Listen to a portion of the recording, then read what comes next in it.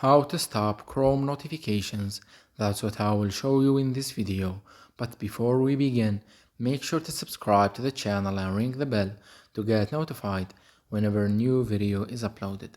With that said, let's get started.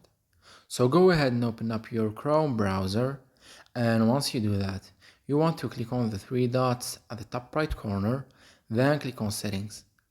And here, from the Basics section, you want to click on Notifications. And once you do that, you will be redirected to the Chrome Notifications Center on your mobile phone, in which you will be able to turn off some of the notifications while leaving others on, or you can disable all of the notifications at once, in which you will get no notifications from Google Chrome at all. It's that easy and simple. So that was it for this video. That's how you can turn off and disable the Google Chrome notifications.